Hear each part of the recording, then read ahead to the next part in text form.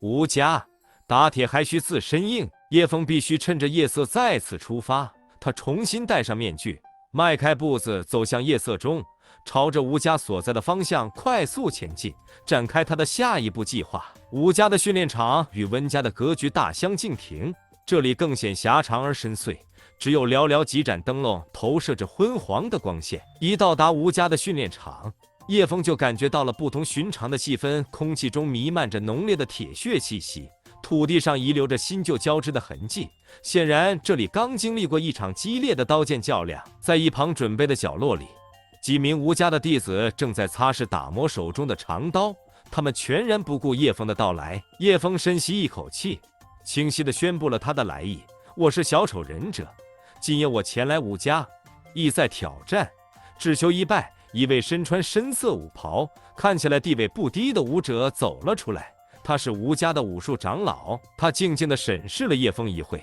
然后说：小丑忍者，我们吴家从不拒绝挑战。长老果断的态度让训练场上的弟子们都停下了手中的活动，他们的目光也都凝聚在叶枫身上。长老随后示意一名腰间佩刀的年轻弟子前来接受挑战。年轻弟子走上前来，他名叫吴刚，是吴家年轻一代中的佼佼者。他拔出腰间的长刀，刀身闪烁着寒光，紧接着他便率先发动了进攻。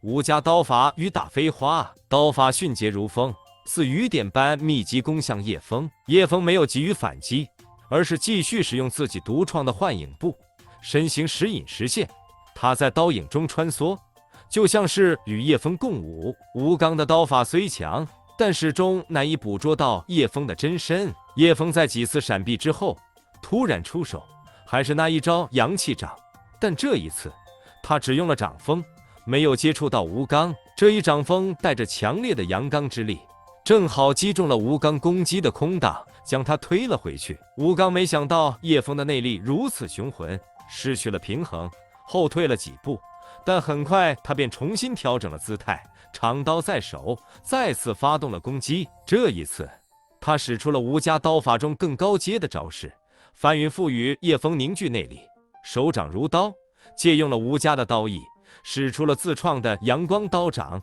迎着吴刚的翻云覆雨直接硬汉。两股力量在空中相撞，发出震耳欲聋的响声，强大内力碰撞产生的气流仿佛要将空气撕裂。吴刚感受到了叶枫的强大，他全力施展的翻云覆雨在对方的压制下竟然被逐步瓦解。吴刚不甘心，再次推出更为凌厉的刀法，一道刀光闪烁，如同电光一般直逼叶枫而来。这是他最强的一招电光石火。叶枫眯起双眼，原本冷静的心却突然燃烧起炙热的战意。他没有选择躲避，而是正面迎战。他将内力再次凝聚，整个身躯如同一把巨大无形的利刃，手掌中的力道愈发沉重，阳气掌再次发挥出了极致阳刚之力。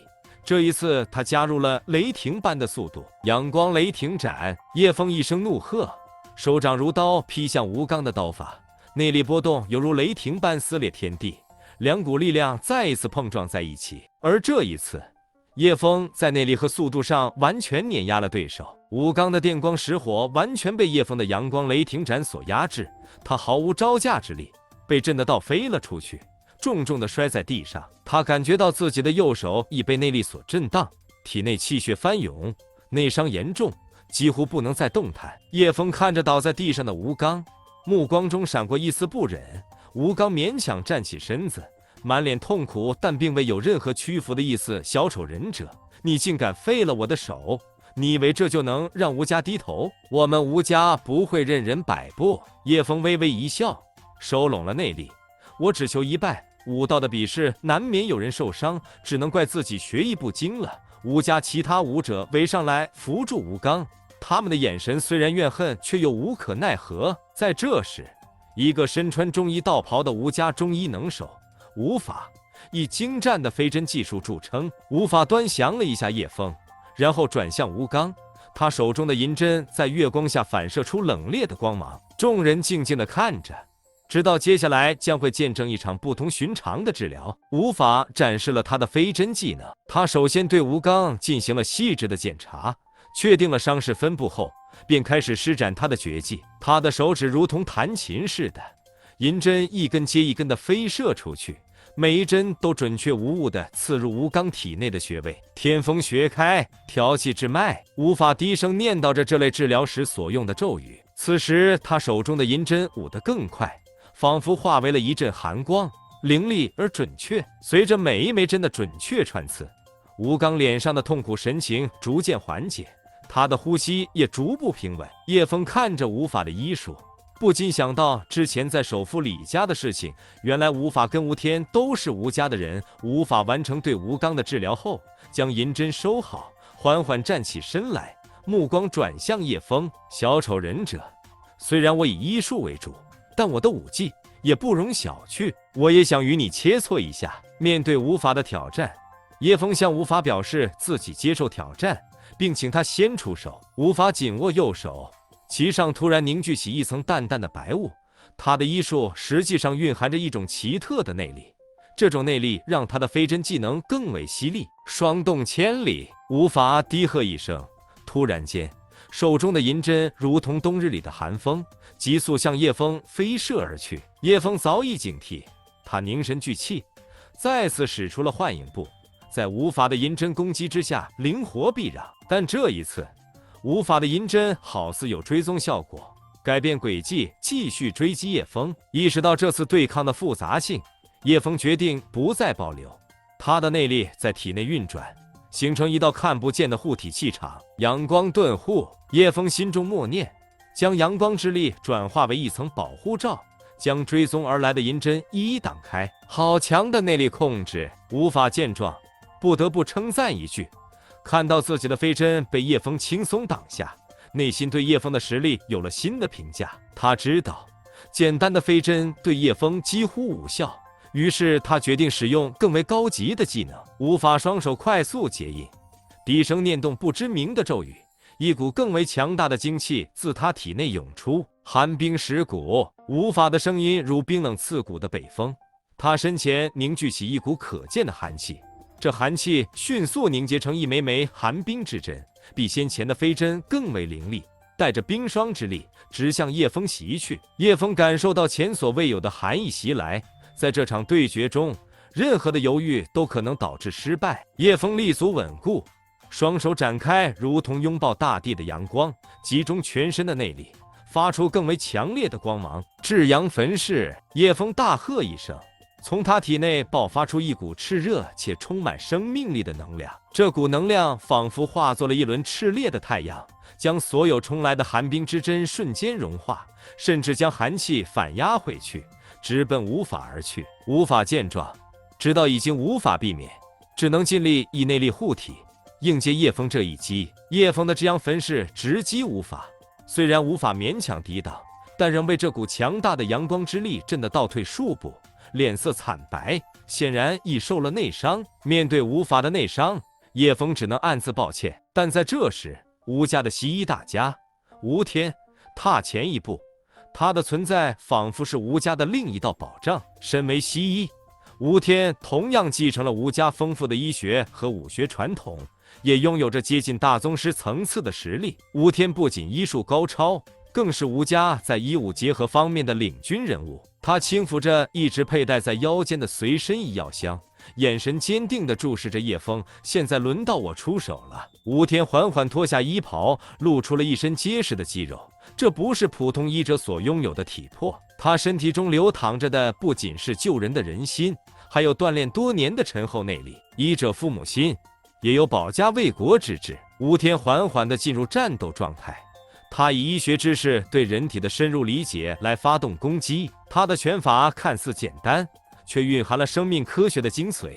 吴天擅长利用人体的脆弱部位进行狙击，为避免被击中要害，叶枫展开了更为保守的战法。吴天第一招活络穴窍使出，他的目标直指叶枫体内数个关键穴道，但叶枫以幻影步和阳光护体相结合，在避让的同时，随时准备反击。小丑忍者，你的武艺盖世，但在医学面前，招式或许需要重新评估。吴天深吸一口气，手上的招数突然变快，所到之处都带有压迫性的风声，这是他的气血循环泉，他的每一击都犹如潮水般连绵，看似平和，实则凌厉。叶枫不得不更加小心。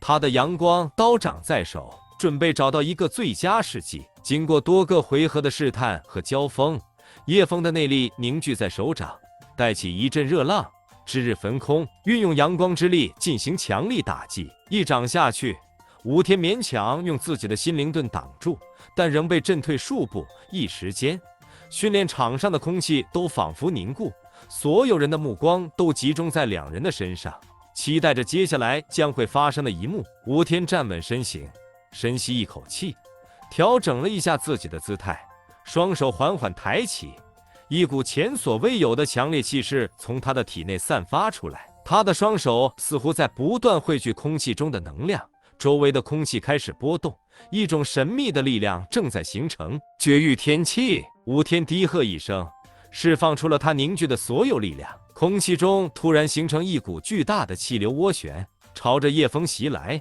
力量强大到似乎能撕裂一切阻挡在他面前的物质。面对吴天的全力一击，绝域天气，叶枫眼中闪过一丝认真，他知道这一刻不容有任何保留。叶枫的双手似乎与周围的光线共鸣，他的全身开始散发出璀璨的光芒，仿佛太阳神降临人间。他深深吸气，集中所有的内力，日食破空！叶枫大喝，推出了他的掌力，从叶枫的手掌中爆发出一团耀眼至极的光芒，那光芒中蕴含着无匹的热量和破坏力，直接冲击向吴天的绝域天气。两股力量在空中碰撞，发出了震耳欲聋的巨响。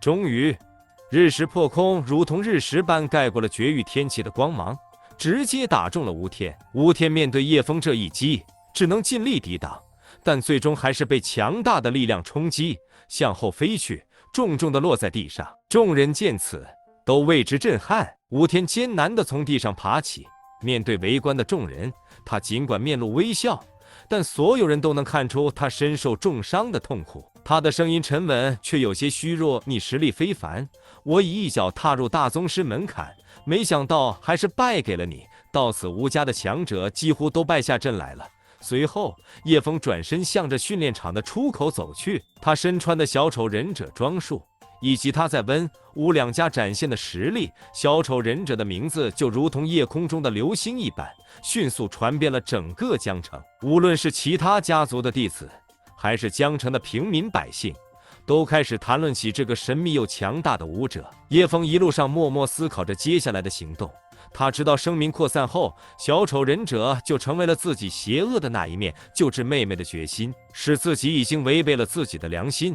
夜色中，叶枫的身影逐渐远去，仿佛已经化作了江城的传说。在江城的权势之中，许家同样是不可小觑的存在。他们不仅经济实力雄厚，而且在武术界也具有极大的影响力。叶枫意识到，在正式接触许家之前，必须准备充分，因为即使是他，也不能保证每次都能像在吴家那样取得压倒性的胜利。许家以其特有的云龙掌而闻名，在江城乃至整个武林中都有极高的评价。这掌法以柔克刚，变化无穷，不仅仅是强攻，更含着极深的内功心法。叶枫默默地离开了吴家，他选择了一个僻静之地，在那里静静地调息恢复，同时反思这次与吴家的交手。叶枫清楚，每一场交手都让他对自身实力有了更深刻的认知，同时也令他对对手的实力有了更全面的了解。这些都是对付许家的宝贵经验。过了一段时间，叶枫感到体内的真气已经完全恢复，他立即着手制定对付许家的计划。他知道许家将不会像吴家那么直接，他们更擅长运用策略和布局，而且许家的整体实力也更为平衡，这意味着叶枫需要更加小心翼翼地去应对。叶枫再一次梳理了自己的武功技巧，并对自己的策略进行了调整。他希望能够用最少的冲突去赢得许家，至少不让许家成为自己行动上的阻碍。他决定加强内功的修炼，因为内功是武术中最为根本的支撑，只有深厚的内功做基础，才能更好地发挥掌法和剑术的威力。叶枫找到了一个僻静的地方，开始闭关修炼，通过冥想和呼吸的方法来增加内力的深度和纯粹性。除了提升内力外，叶枫还沿袭了许家的武术特点，结合他自身的阳光雷霆斩等技巧，创新出了一些新的招式。在武艺的练习之余，叶枫也没有忘记强化自己的心理素质。武林之路不仅是肉体上的较量，心理战也同样重要。叶枫闭关数日，他的内力有了明显的增长，武艺技巧也得到了显著的改善。他感觉到自己的整体实力有了一个质的飞跃。叶枫带着新的实力和自信，再次踏上了前往许家的路程。在一条幽静的林荫道上，一伙恶霸原本意图想染指一名少女，许家大小姐许莲心正陪伴着自己的老师外出访友。许家大小姐恰好路过，见义勇为，决定出手相助。两人立刻展开配合，面对来犯的恶霸，经过一番激战，这群恶霸最终没能得逞，纷纷落荒而逃。叶枫和许莲心微笑着对视了一眼，这场无预期的合作让两人之间的了解加深了不少。许莲心对叶枫说道：“叶先生，我许莲心在此表示感谢。”叶枫摆手回应：“许小姐客气了，江湖路上相互帮助本就理所当然，你也有着不俗的武艺，今日能与您并肩作战，是我的荣幸。”许莲心的老师是一位年迈的武学家，见识过许多江湖上的风云人物。他望着叶枫，欣赏地说道：“年轻人，你今天所展现的不仅是武力，还有难得的人心。”叶枫微微一笑，回应道：“前辈过奖了。”许莲心则轻轻搭话：“在这个复杂的世界里，能够遇见像叶先生这样的侠义之士，真的是我们的幸运。”经过这次事件，叶枫和许莲心之间建立了一种特殊的默契和友谊，而许莲心的老师对叶枫也产生了更深的兴趣和好感。三人在道别前互相留下了联系方式。与许莲心和他的老师告别后，叶枫继续踏上了前往许家的路。